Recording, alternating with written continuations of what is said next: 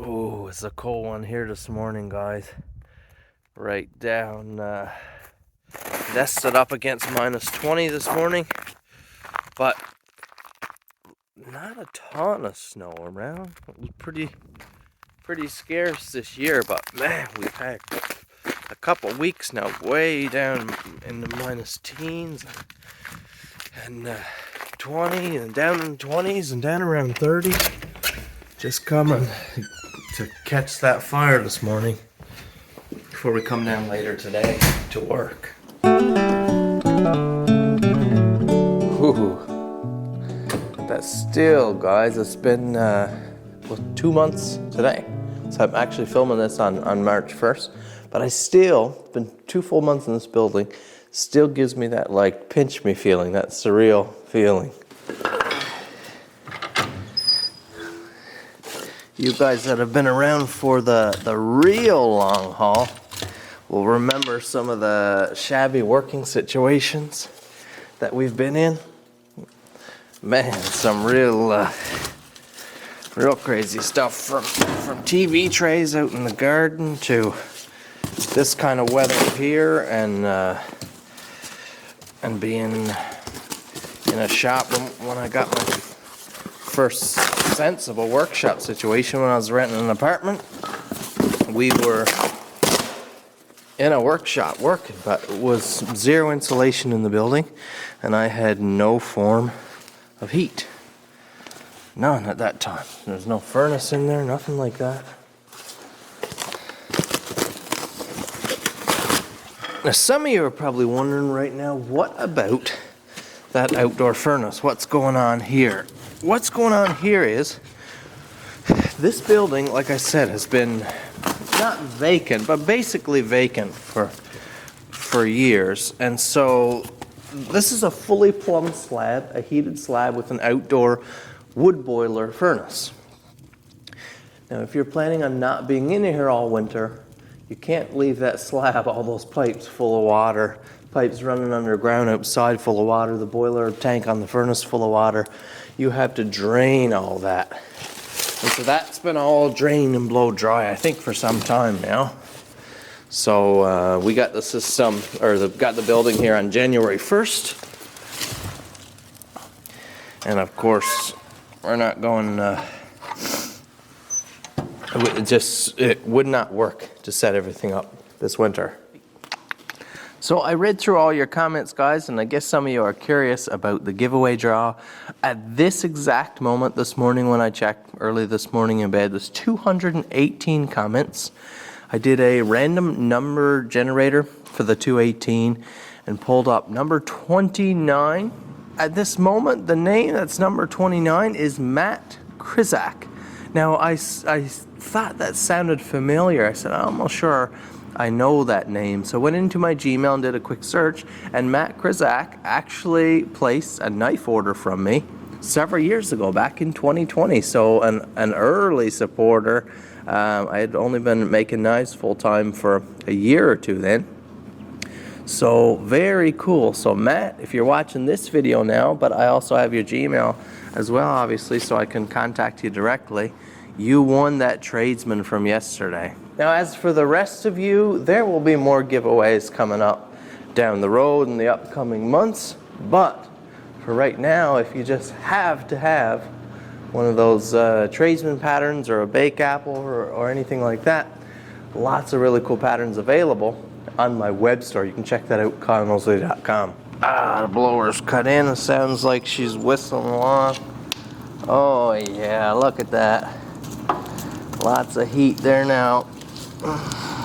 Okay, let's get to that wave, and you notice we have downgraded on our sharpening setup here, which is a little bit sore, but I think I can deal with it here.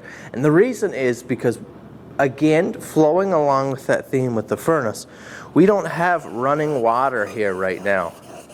There are a few issues, there's a pump issue and things like that, and this is just not the time of year to be dealing with well water and issues like that. So no running water, so we're just on a table here like this. We don't have a running sink that we can use.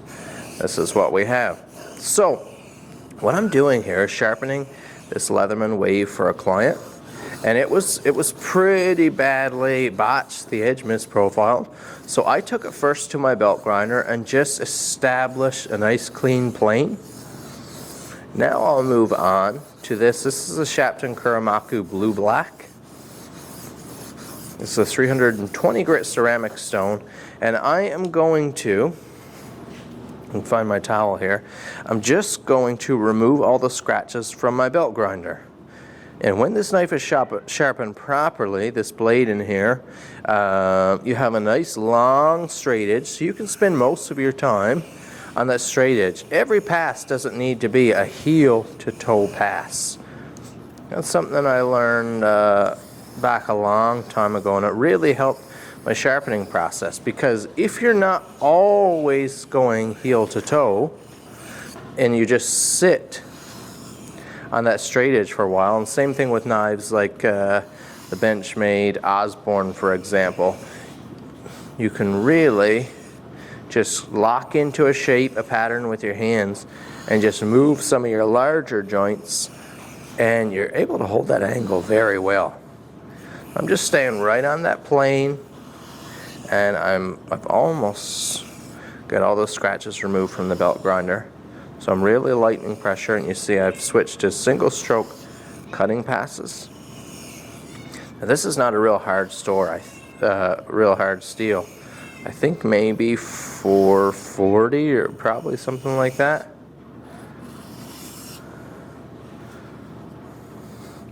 So let's have a look. We should have a real, viciously crisp edge now right off that ceramic. That would be a beautiful, in my opinion, for a Leatherman, just a beautiful working edge right there. But this client wants to see his Leatherman with a mirror polished edge. I'm not sure what the motivation is behind there. Don't need to know. I just need to know what kind of edge we want. That's the only question. My question right now at this point, usually when I'm sharpening knives for clients, is do you want a factory style belt sharpened edge, which I'll take care of on my 2x72 belt grinder, or do you want a stone edge? And it really varies. Like for most of the local sharpening I do for fishermen and things like that, the sharpening is all belt sharpened edge. It's very fast. I could charge a really great rate for it because I can do it quickly, but they are still so viciously sharp. Really, really good performance, but of course you don't have that gleaming mirror polish. Now I've moved on to a Shapton 1000 glass stone. Ceramic stone, probably my favorite stone in the world right now.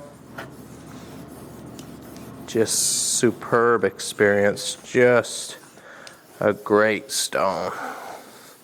And we'll hold that plane, and notice when I lock into that straight edge, since you've spent the time to lock into that shape, spend a little bit of time there and enjoy not having to fight to hold your angle. We've almost already removed the scratches from the Kuramaku Blue Black. Same thing right here, locked into that angle.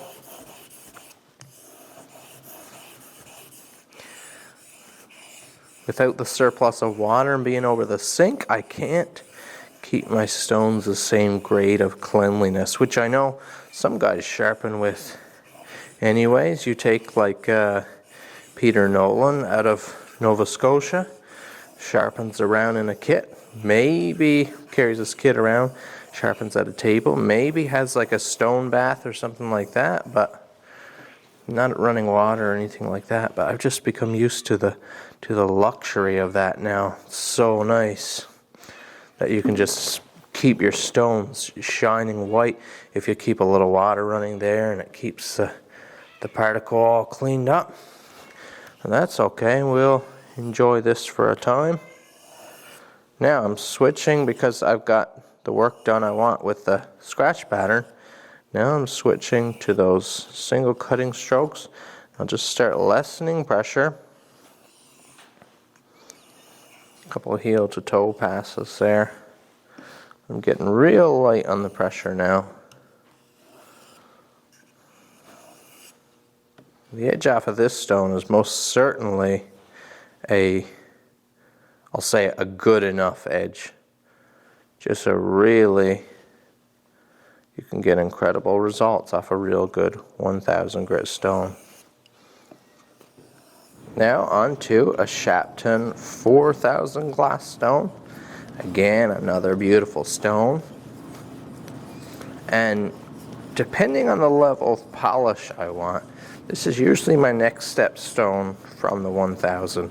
If I was going for like a far higher grade of polish, like on a straight razor or even on a real wide bevel Scandi or something that I wanted to just look just gleaming, I might go with like my 2000 grit Aotoshi or something like that first.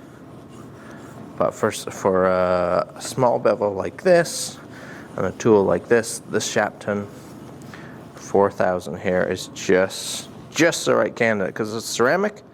It's a fast cutter, can get the job done quickly, and produces a real lovely polish in the process. Not a flawless gleaming polish, but very close to it. By the time we get a little bit of strapping on that, oh yeah, that'll look to the quick eye, it'll look like a flawless mirror polish. You want to often do what I just did, which is break up all the impacted particle on the stone. All that metallic particle gets embedded into the stone. You start losing some performance. Just diminishes your sharpening experiences, diminishes your results. I'm just going to finish up on this 4000. We'll take it over, do some strapping, and have a look at our edge. Setting up our paddle strap here now. Getting a little light on compound. You can find these straps over at KyleNoseworthy.com. Okay, and knives, laser engraved, really, really nice. My ideal paddle strap size. But I'll just give this blade a quick working now. Holding that same angle, you don't want to go increasing and putting a more obtuse angle on that edge. No need of doing that. Remember, we just reset that bevel, so you don't want to go on doing that work right away. And a good compounded strap can have that effect. It can have that effect of starting to convex that edge, bring that edge in even more, especially if you're someone that, if you have like an EDC and each morning you just give her a good strap before you head out the door, good aggressive strapping just to keep that edge sharp for as long as possible. If you keep up all the time like that, drawing that edge up, will have an effect. You'll notice it too the next time you get on the stones, how much you've convexed that edge. Look at that gleaming edge. Would you, leave a comment down below, would you want put the time in to have a polished, gleaming polished edge like this on your Leatherman? For me, my Leatherman wave is sort of a thrasher. If I use the blade on that, it's going to be, electrical or something like that. That's the most common time I use a Leatherman, when I'm doing electrical work. Now let's do a quick edge check. I like using the client's instruction paper and leaving these flap cuts in there so they know their knives were tested.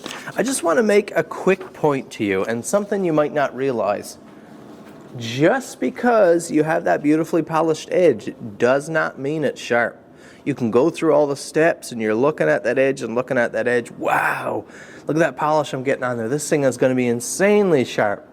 And get to the end, you can't even dice paper because that apex has not been dealt with properly. We'll handle that. We'll do a bunch more sharpening content this month and talk to you plenty about that. So that's it for this one, guys. Hope you're having a great day. Matt Krizak, your knife will be on the way as soon as we make contact there.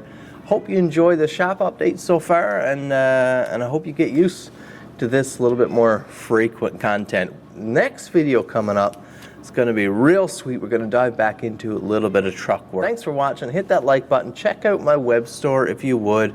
That's how you can help support this channel, along with your likes and comments and shares and things like that. So I just really appreciate all that you all do. Thanks for watching. We'll see you in tomorrow's video.